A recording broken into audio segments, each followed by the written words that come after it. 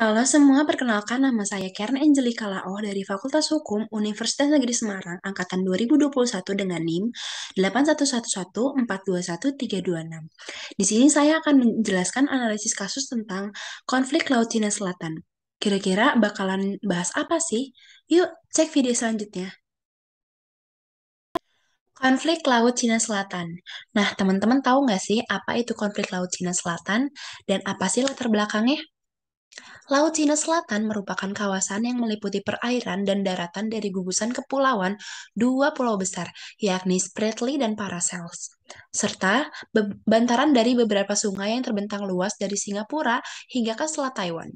Nah, karena bentangan wilayah yang luas ini, beberapa negara seperti Republik Rakyat Cina, Taiwan, Vietnam, Filipina, dan Brunei Darussalam terlibat dalam upaya konfrontatif saling klaim atas sebagian ataupun seluruh wilayah perairan tersebut. Bahkan, Indonesia yang bukan negara pengklaim pun menjadi terlibat setelah klaim mutlak dari RRC atas perairan Laut Cina Selatan yang muncul pada tahun 2012. Nah, belakangan ini, pemerintahan RRC mengeluarkan pernyataan keras kepada negara-negara pengklaim kedaulatan atas Laut Cina Selatan untuk menghentikan kegiatan eksplorasi minyak dan mineral di kawasan perairan tersebut. Sebaliknya, Filipina menuduh Angkatan Laut RRC tengah membangun kekuatan militer di Spratly. Sementara, menurut sumber Vietnam yang tidak dapat dipastikan sumbernya, Angkatan Laut RRC telah sengaja melakukan sabotase atas dua kegiatan eksplorasi Vietnam di Laut Cina Selatan yang kemudian menimbulkan protes massal anti-RRC terbesar di Hanoi dan ibu kota Ho Chi Minh. Lantas, aksi saling cegah dan usir dari kawasan perairan tersebut terus meningkat belakangan ini dan cenderung mengarah pada terciptanya konflik berskala rendah atau low intensity conflict. Namun, tidak menutup kemungkinan juga munculnya konflik bersenjata terbuka dengan intensitas tinggi atau high intensity conflict. Jika resolusi konflik permanen gagal ditemukan, mengingat besarnya kepentingan baik negara yang mengklaim maupun tidak.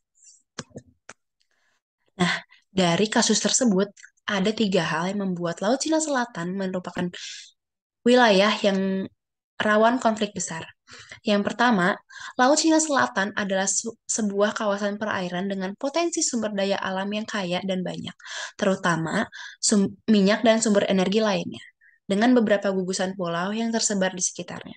Nah, yang kedua ini karena letaknya yang berada di jalur perlintasan kapal internasional yang melewati Selat Malaka. Nah, Selat Malaka ini merupakan salah satu selat yang paling sibuk di dunia loh. Nah, yang ketiga ini, pertumbuhan ekonomi yang pesat di Asia, terutama di Cina, dan sebaliknya, pertumbuhan ekonomi yang menurun terus di Eropa dan Amerika Serikat, membuat banyak negara berupaya memperebutkan kawasan perairan yang strategis dan dinamis ini, yakni Laut Cina Selatan ini. Nah, dari kasus kasus tersebut ada perspektif teoritis.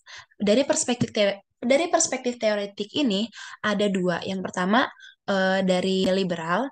Dari perspektif liberal yang menekankan pendekatan yang rasional dan universal dari pandangan manusia, ditekankan bahwa manusia atau entitas nasional dalam bentuk bangsa dan negara rasionalitas selalu saja mendasari langkah pengerjaan kepentingan mereka. Karena itu, harmoni yang potensial dari berbagai macam kepentingan berusaha dicapai. Sebagai konsekuensinya, kerjasama menjadi titik sentral dari hubungan antar manusia dan bangsa dalam menjalani hubungan internasional. Nah, yang kedua ini adalah realis. Dari perspektif realis, negara atau pemerintah identik dengan perilaku manusia yang egois dan perilaku yang didorong oleh sikap mementingkan dirinya sendiri. Kedaulatan negara tentu saja menjadi faktor penting yang harus dipertimbangkan dalam hubungan internasional yang dilakukan. Nah, selanjutnya ada perspektif metodologis. Nah, penelitian kasus ini menggunakan penelitian deskriptis dan analitis. Nah, dari penelitian deskriptis ini mengelaborasikan berbagai macam permasalahan dari perspektif politik, keamanan, ekonomi, geopolitik, dan geostrategi. Dan yang kedua, dari penelitian analitis menambah penjelasan secara kritis atas konflik yang terjadi setelah selama ini. Nah, penyelesaian konfliknya apa sih? Nah, dari penyelesaian konflik Laut Cina Selatan ini, peran yang dimainkan Mahkamah Internasional dalam penyelesaian sengketa internasional adalah dengan memberikan cara bagaimana para pihak yang bersengketa menyelesaikan sengketanya menurut hukum internasional. Jenis penelitian atau metode pendekatan yang dilakukan adalah metode penelitian hukum normatif atau disebut penelitian hukum yang dilakukan dengan cara meneliti bahan pustaka.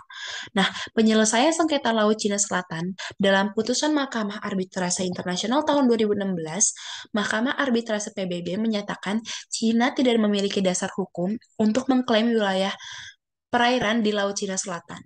Namun, pemerintah Cina tidak menerima putusan tersebut. Nah, mungkin sekian pemaparan dari saya. Semoga ilmunya bermanfaat buat teman-teman. See you in the next video. Bye-bye.